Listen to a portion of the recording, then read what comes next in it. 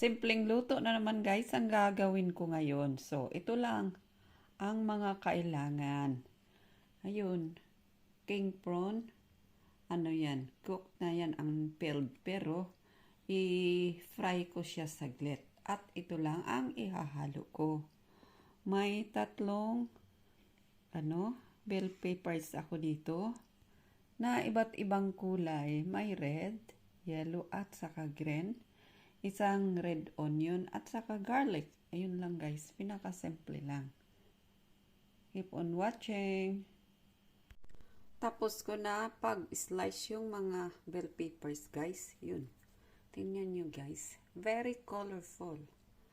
Yun. At saka yung red onion. Yung garlic andito sa kabila. Ayun. So, ready for cooking na yan guys. Ayun pa guys, ang mga kailangan sa aking pagluluto.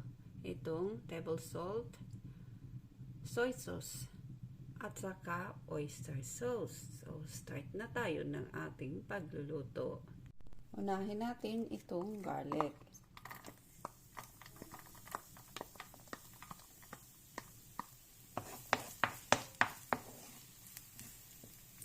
Hintayin na lang guys na maging slightly brown ating garlic. Sunod na natin itong red onion.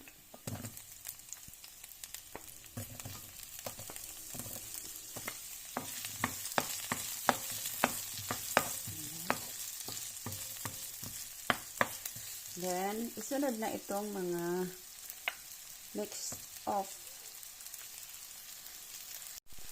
sunod na yung mixed peppers guys.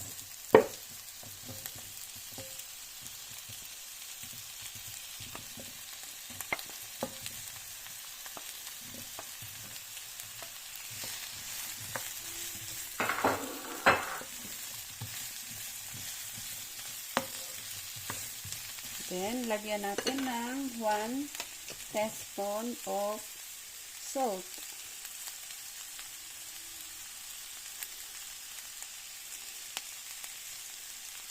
Guys. Very quick lang yan pag-fry guys kasi itong bell peppers pwede yan nga siya kainin na hilaw. Salad ba guys? So, isunod na natin itong ating prawn. Pinahuli natin, diba? Kasi luto na ito. Ayan.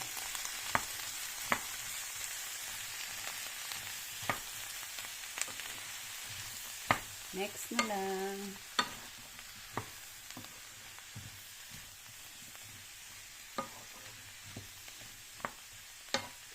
Tikman na lang mamaya guys kung tama na ba yung asin natin.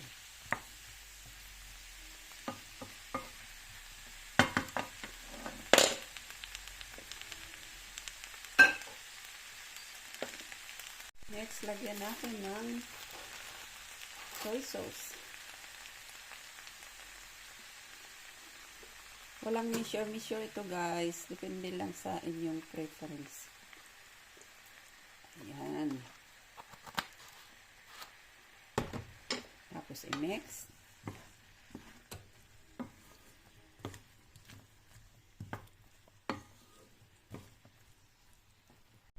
Mix na lang maayos guys. Okay. Then, takpan natin. Parang mabilis siya maluto.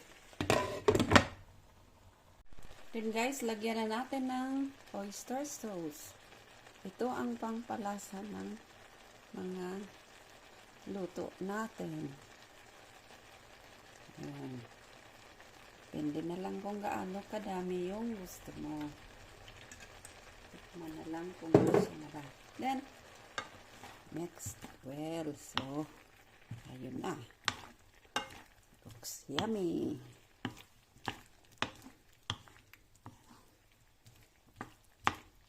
Tapos, patayin na yung apoy. Kasi baka mag-overcook yung ating mga gulay. Yung mga mixed peppers and onions. Yan. And then, ready for, ano na yan natin guys. Tikman muna natin kung ano ba. Tama na ba yung lasa? Pag hindi tama, dagdagan. Yan lang. Ayun. Okay. Patikim.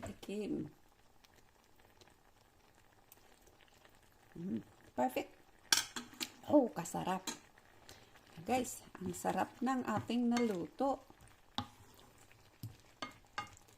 Then, ready for serving na yan. Yun na ang dinner. Madalian, simpleng luto ni nanay.